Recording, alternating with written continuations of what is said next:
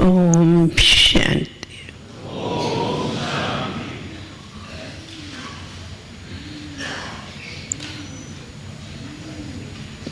आप सभी आज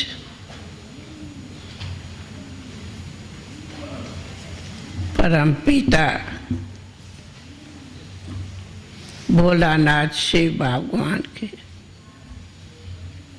जिसको गाते ही है भोलानाथ बाबा,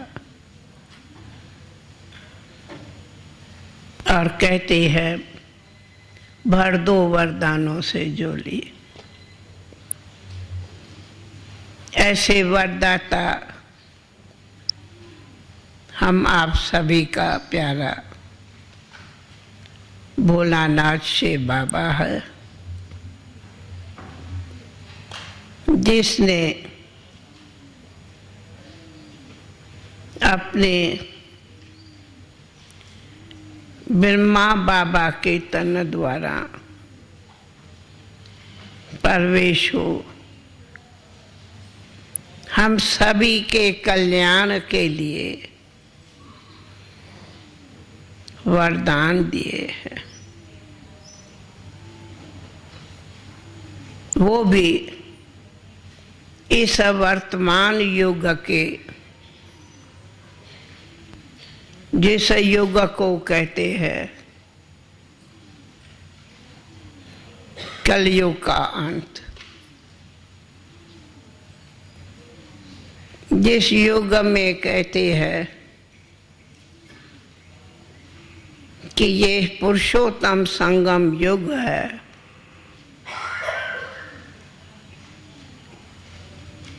जिस पुरुषोत्तम युग में वरदान भी बाप देता, जिसका यादगार मास आप सभी आज भी पुरुषोत्तम मास मनाते हो। और इस पुरुषोत्तम मास में सभी कुछ न कोई यहाँ वहाँ दान पुण्य करते हैं, तीर्थ आदि करते हैं। तो आप कितने महान आत्माएं हो जो ऐसे युग में और ऐसे फिर समय में वरदाता से बाबा से वरदान लेने और फिर अपने कमियों की, कमजोरियों की दान देने और महान भाग्यवान पहुँचे हो। तो ऐसे आप महान आत्मा हैं जिन्हों को आज के इस समय प्रभु का प्रत्यक्ष फल, जिस फल में सर्व शक्तियां प्राप्त होती, वो प्राप्तियां करने पहुंचे हो।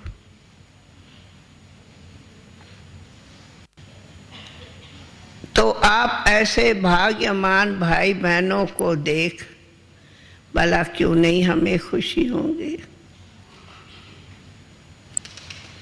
आप सबसे मिलने में हमें खुशी, हमारे मिलने से आप, तो हम दिल से आप सभी का आए उसकी तो खुशी है, पर साथ में आप यहाँ से अपनी इस अविनाशी ज्ञान धन की झोली भर के जाना, जिस झोली में आपको शांति का खजाना, शक्तियों का खजाना और फिर इस अविनाशी ज्ञान रत्नों का खजाना मिले। तो आज आप सब ने, हम समझती हूँ कि सवेरे आप सबका क्लास हुआ होगा, जिसमें अपने आत्मा को और अपने आत्मा के पिता परमात्मा के संबंध में विशेष सुना होगा। और ये इसलिए सुनाए जाते कि रोज अमृत वेले आप हर एक पहले ये अभ्यास करो, इस शरीर से न्यारे बनो और अपने आत्मा को, बिंदु ज्योति को रियलाइज करो, जिस रियलाइजेशन से फिर परमात्मा पिता से योग लगाओ, माना स्मृति रखो, तो आपको सवेरे सवेरे बहुत बड़ा अमृत मिल जाएगा। और ऐसे लगेंगे कि हम कितनी ऊंची मंजिल पर जा रहे हैं, या हम सच्चे योगी की भाषा क्या है, वो कर्म योगी बनने का सभी ये सीख जाएंगे। अभी आप सबको निर्भय भाई अपना अनुभव सुना रहे थे, आप सबने सुना। तो हम कहेंगे कि ऐसे दुनिया में सत्संग आदि कई होते हैं, परंतु ये ऐसा कॉमन सिर्फ सत्संग नहीं है, परंतु परमात्मा पिता से डायरेक्ट ऐसे अनुभव करो और इस तरह से अधिकार लियो जैसे वो आपके सामने आपको प्रत्यक्ष में सर्व संबंधों का रस पिलाता, स्नेह देता, वरदान देता। ये सिर्फ जैसे सत्संग में गए कहाँ कथा सुनी वो नहीं है, परंतु यहाँ सब, चाहे आप परमात्मा पिता को शिक्षक समझ उसके ज्ञान की शिक्षा लो, चाहे उनको पिता जानकर सर्व अधिकार लो, चाहे सतगुरु समझ के वरदान लो। और ऐसे भी आप यहाँ अनुभव करेंगे कि वो बाप जो हमें इतना शिक्षा देता, जो हमें साथ में दिव्य बुद्धि, दिव्य दृष्टि भी देता, दिव्य दृष्टि का वरदान भी यहाँ हम अनेक बच्चों को प्रत्यक्ष रूप में मिलता। कहीं मेरे से मेरा अनुभव पूछता तो अनुभव तो बहुत बड़ा होता। हम अनुभव सुनाने बैठे तो कम से कम घंटों चाहिए, परंतु किसी पूछे तो मैं थोड़े में अनुभव सुनाती, क्योंकि आप हमारे स्नेही भाई बहने आए हो तब सुनाती, नहीं तो सुनाने की क्या। थोड़े शब्दों में ये सुनाऊंगी हमारे मीठी बहनें भाई। हमारा अनुभव स्वयं परमात्मा पिता के वरदानों से है। वरदानों में मेहनत नहीं होती पर प्राप्ति होती। तो सार में ये अनुभव है कि आप लोग को छोटेपन का सुनाऊं। ये जन्म सिंध पाकिस्तान जिसको कहते, वहाँ हैदराबाद सिंध में हुआ और 14 बरस की उम्र थी। मैट्रिक की स्टूडेंट थी, परंतु ऐसे जैसे भक्ति में श्री कृष्ण आज से प्यार होता, वैसे हमारा जरूर प्यार रहता था। स्कूल में जाने से पहले मंदिर में पूजा करके ही जाती थी, चाहे इतना ही प्यार ग्रंथ साहब से भी होता था, क्योंकि सिंधी मानते। तो दिवाली के दिन छुट्टियां होती है, तो स्कूल से छुट्टी थी। तो मेरी तकदीर का सितारा वो दिन आज भी मुझे घड़ी याद है। 1936 दिवाली से 3 दिन पहले, 1936 दिवाली से 3 दिन पहले मैं आराम में थी। तो सवेरे 4 बजे मेरी आंख खुली, फिर सोई हुई थी। तो मैंने एक अजीब दीदार किया। क्या देखा?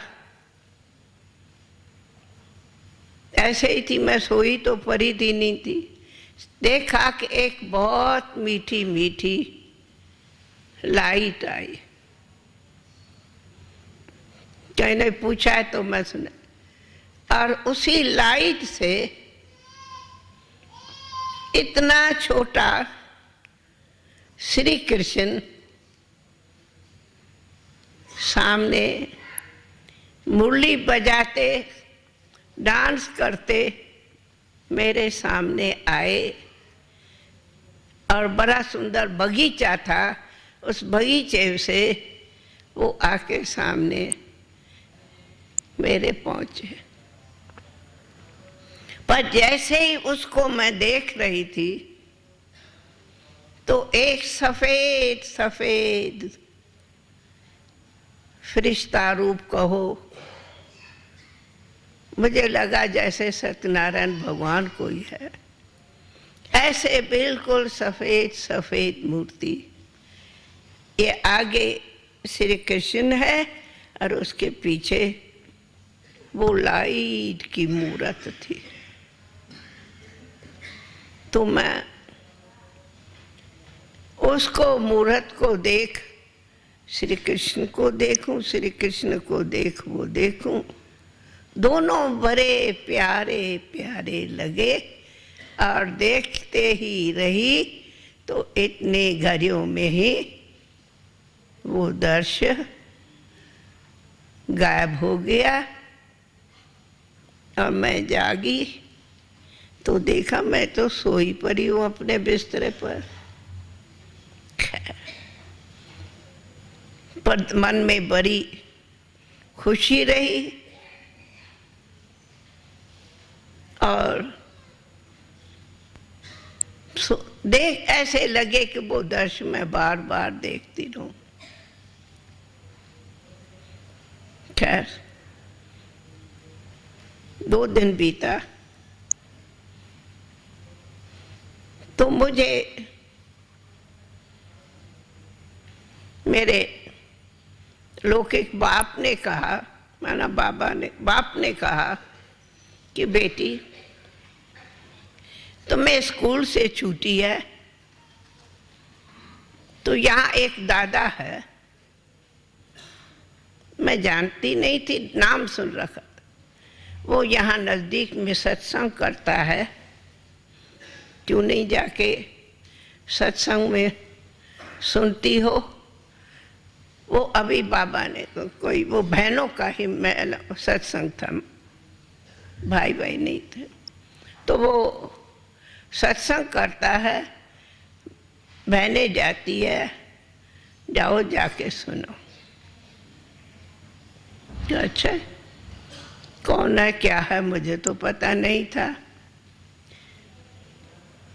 तो मैं वहाँ नज़दीक में ही सत्संग था, तो मैं वहाँ गई, क्योंकि वो मेरे फ्रेंड का ही घर था। तो वहाँ मैं गई तो मैं ये देखती रही। तो उस टाइम ब्रह्मा बाबा ओम की धुनी लगा रहा था। जब मैं गई ओम की धुनी चल रही थी, तो वो धुनी में मैं जाके बैठी। जब मैं बैठी, छोटा ही सत्संग था, तो मैंने कहा पर ये तो मेरे 2 दिन पहले मेरे दर्शन में आया, ये है कौन?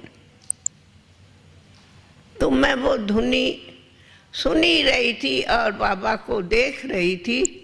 फिर मैं ट्रांस में चली गई। ट्रांस वगैरह क्या होता हमें कुछ पता नहीं था। तो मैं ध्यान में वो ही देखा जो मैंने 2 दिन पहले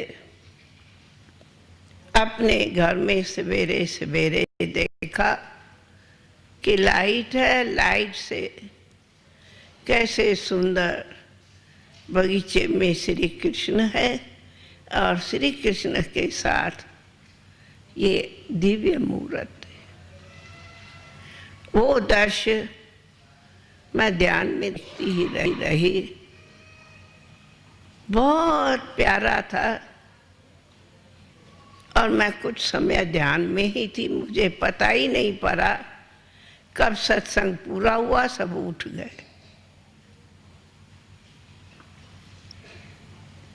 तो कुछ समय बाद मैं जागी, तो मैं फिर भी उसी नशे में थी। तो मुझे बाबा ने फिर से दृष्टि दी और मैं ऐसे लगा कि मैं कोई भगवान को देख रही हूँ। बहुत प्यारा लग रहा था। और वो देख आखिर मैं फिर जागी, घर आ गई। और जब मैं आई घर, वो घड़ी मेरे लिए जीवन का मूल दिव्य सुंदर भाग्य का दिन था। उसी दिन से लेके मैं वहाँ सत्संग में बाबा के जाती थी और बार बार कई बार ध्यान में जाने लगी। कई सुंदर दृश्य देखा, कभी स्वर्ग देखे, कभी कुछ देखे, कभी ये विनाश भी देखे, कभी क्या। और सदैव ऐसे लगता था हम श्री कृष्ण से सखिया बन रास रच रहे हैं। बस ये लगन वो थी, वो दिन और वही घड़ी। और थोड़े दिन के बाद बाबा ने बोर्डिंग कहो, गुरुकुल कहो, खोला। और वो दिन से हम बाबा की छुट्टी से, बाबा के प्रेरणा से और लौकिक बाप के छुट्टी से, वो दिन से मैं सरेंडर हो गई शिव बाबा को। वो है मेरी जन्म।